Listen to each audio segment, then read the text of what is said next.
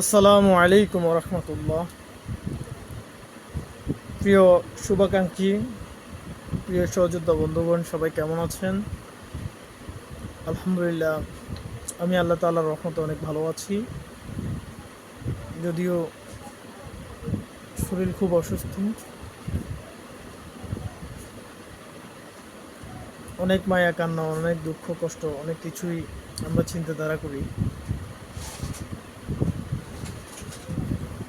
আল্লাহ তাআলা যে সুস্থতা নেয়ামতটা কত গভীরভাবে আল্লাহ তাআলা আমাদেরকে দিয়েছেন সেটা আল্লাহই ভালো জানেন। অসুস্থ হলে বোঝা যায় শরীরের কদরটা কী জিনিস। আজকে একটি বাক্য বলি। বিষয়টা হচ্ছে, একজন দিনী ভাই, তার সংসারের অভাব অনটন যাচ্ছে না। এই অভাব অনটন নিয়ে তিনি টেনশন আছেন, কোনো সেভিংস হচ্ছে না।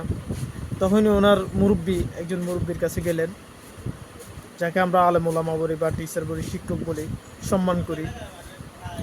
আসলে প্রত্যেকটা মানুষের এরকম একজন লোক থাকা দরকার, যে যখন উনি বিপদে পড়বে বা মুসিবতে পড়বে ওনার সাথে পরামর্শ করবে, কোনো একটা সিদ্ধান্ত নিবে। মুরব্বি দরকার। আমাদের তো অনেকেরই নাই, এরকম ধরনের মুরব্বি নাই, অভিভাবক নাই। বিষয়টা গতকালকে একটু দেখলাম, এই জন্য চিন্তা করলাম আমরা আপনাদের সাথে একটু শেয়ার করি। আর বাস্তবিক জীবনে মিলে যায়। হালাল পথে যদি 2 টাকা ইনকাম করা যায়, এটা প্রশান্তি কতটুকু আসে চিন্তা করেন।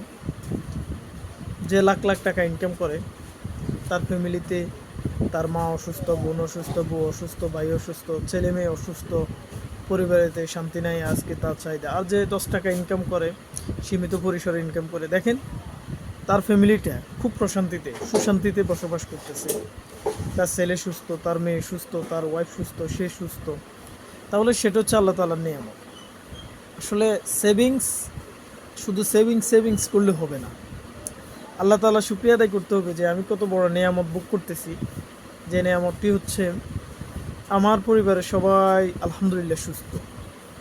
হ্যাঁ, ঠিক আছে, সেভিংস হচ্ছে না, কিন্তু সবাই সুস্থ।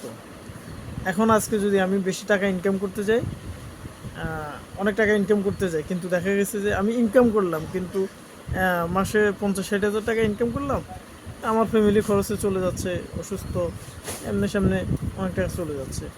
এই জন্য আমি মনে করি যে আলহামদুলিল্লাহ, আল্লাহ তাআলার উপর যদি আমরা আস্থা ও বিশ্বাস রাখি, এবং যে আল্লাহ আমার রিজিকের ব্যবস্থা করবেন, হালাল পথে চলতে পারলে চলবো, এটাই।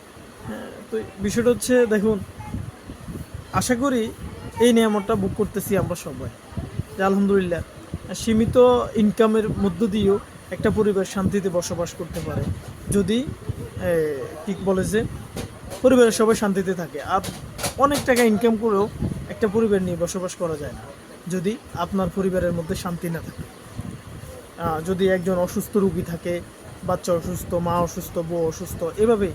তো এই জন্য আমরা সর্বক্ষেত্রে সর্বদা আল্লাহ তাআলার নেয়ামত ভোগ করতেছি। আল্লাহ তাআলা সুস্থ রাখছেন, এবং আমরা সবাই আল্লাহ তাআলার শুকর আদায় করব আর অল্পতে সন্তুষ্ট থাকার জন্য চেষ্টা করব।